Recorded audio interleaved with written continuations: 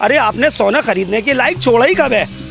आपने मंगलसूत्र छीन लिया, आपने पता नहीं क्या क्या छीन के रख दिया है। पूरे हिंदुस्तान की जनता हाथ में कटोरा लेके खड़ी है और आप तो कह देते हैं मैं तो फकीर हूँ, झोला उठा के चल दूंगा। आगरा में कैबिनेट मंत्री का 10 से 15 गाड़ियों का काफिला लखनऊ रवाना हुआ है। वो कहाँ गया आदेश मुख्यमंत्री का? ये झूठी बातों से पूरे देश को कब तक गुमराह करोगे? देश के प्रधानमंत्री देश की जनता की उम्र तय करेंगे कि 50 साल के बाद उसको फांसी दे दी जाए, ना शादी होगी ना बच्चे होंगे। पूरे देश को कटघरे में लाके खड़ा कर दिया है। हमें दिक्कत ये है कि प्रधानमंत्री जी सिर्फ झूठ बोलते हैं। सीधी सीधी बात है कि इन्हें सरकार चलाना नहीं आया। इन्होंने जो हालात पैदा कर दिए हैं उस हालात के अंदर कि ये 5 किलो राशन ही जो है हमारी जिंदगी है। हमेशा ये है बदनामी मोदी जी हमारे कुछ नहीं करा आपने भाषण मनमोहन सिंह की जानते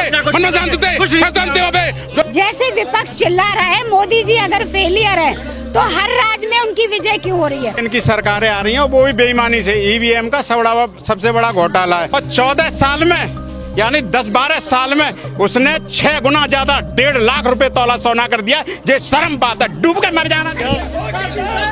आप साफ तौर पर देख सकते हैं भाजपा और कांग्रेस के समर्थक हैं, एक दूसरे के खिलाफ नारेबाजी चल रही है। प्रधानमंत्री नरेंद्र मोदी की जो अपीलें सामने निकल कर आई हैं उसके बाद राजनीतिक पारा बेहद गर्मा गया है।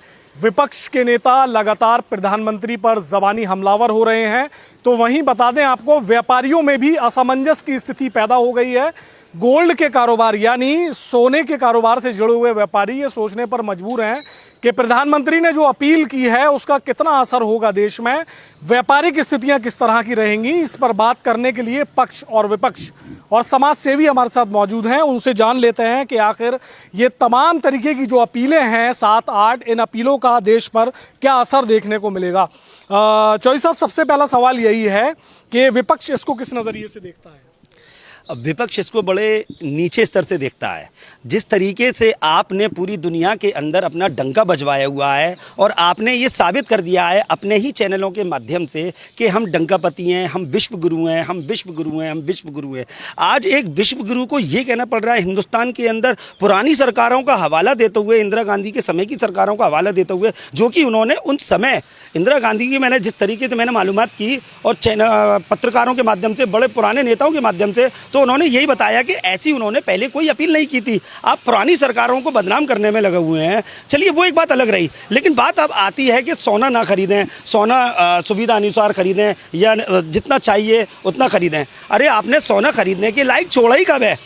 अरे हाँ, हिंदुस्तान का हर एक नागरिक